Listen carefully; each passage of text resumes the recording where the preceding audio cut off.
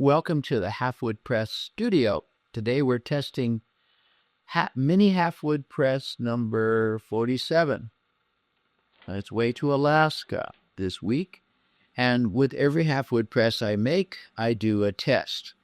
This artist sent me a JPEG image on the internet and in an email, and I transferred it to 22 gauge copper with the laser print transfer technique on silicone-coated paper ink. Now, this blue etching ink I chose because the original art was blue. It was titled Blue Moose, by the way. And this etching ink is quite stiff, very stiff. And so I'm going to modify it with a little Miracle Gel Reducer. This is a small can that I took from a larger can that I bought from Daniel Smith Ink Company in Seattle. It's a kind of I don't know what it is. It's a kind of wax or oil mixture or something like that. And you just take a little bit of that and work it into the ink. This takes quite a while, so we'll pause the video until I'm finished. What a difference it made. I added probably 3 or 4 times more of that little bit that you saw at the beginning. There are other ink modifiers to make your ink softer, easier to manage. One is made by Graphic Chemical and Ink Company, and it's called Easy Wipe. Another way to reduce inks and change the ink is with burnt plate oil.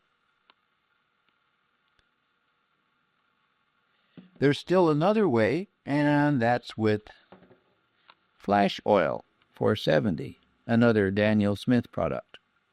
Any of these things added to your ink will change the way it works. Finally, there's temperature.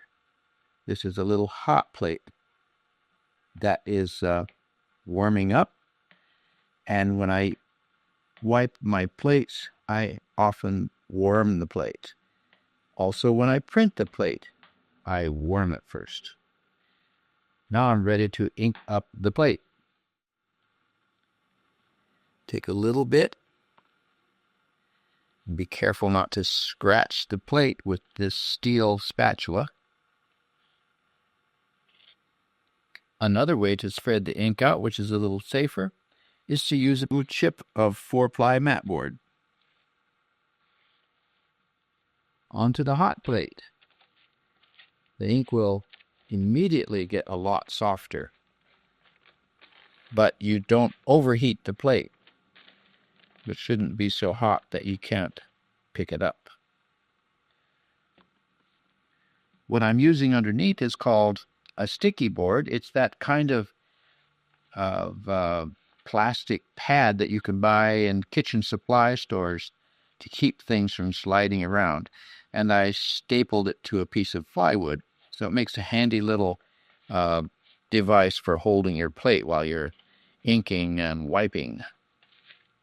Now it's time to start wiping the plate. I can wipe with tarlatan, which is a kind of a starched cheesecloth. I have a collection of various colors here, from dark to light. You wipe lightly and quickly. You see the image coming up right away.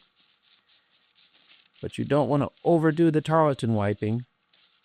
Otherwise, you'll wipe out the image. Lately, I've switched over most of the time to paper wiping, which is telephone pages.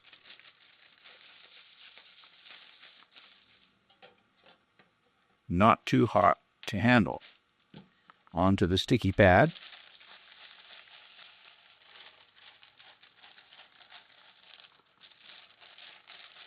And while I'm wiping the plate, I would tell you that under the press, visible underneath the press that I'm going to test, is a GAMP book. It looks like a plastic bag, and it has about 4 or 5 sheets of paper that I soaked for a few minutes, then blotted off and put into the damp bag, and they've been sitting there under the press, under weight, for overnight. That makes the paper, which is a printmaking paper, nice and soft, and that will make the paper able to be embossed down into the flake and around the foot mark. That does it for the paper wipe. Now we go to the hand wipe. The hand wipe, it's helped along with a little bit of talcum powder. The hand wipe is a light, quick pass of the heel of the hand across the plate. If you like a less contrasty image, you might not do the hand wipe.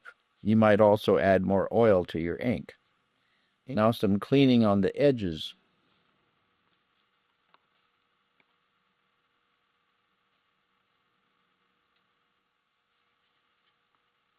Now we're ready for the first trial proof.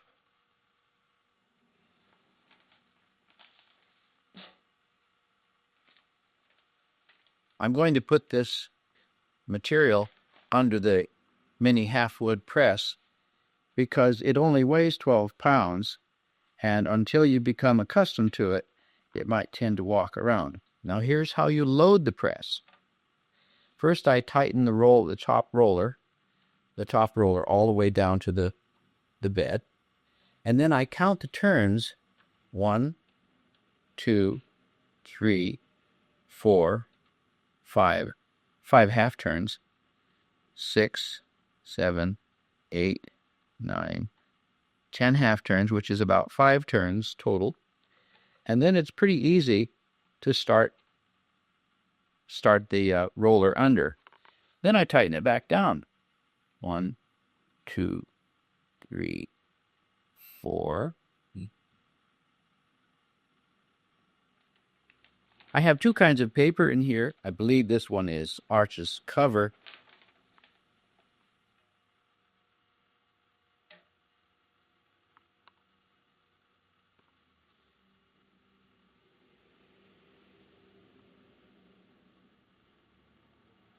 Now we're ready to test number 47.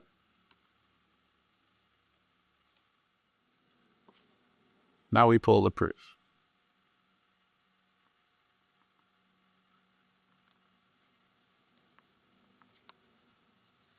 There it is. Blue Moose, after an artwork by the artist who purchased this press, who bought this press, and for whom I made this press and this test print.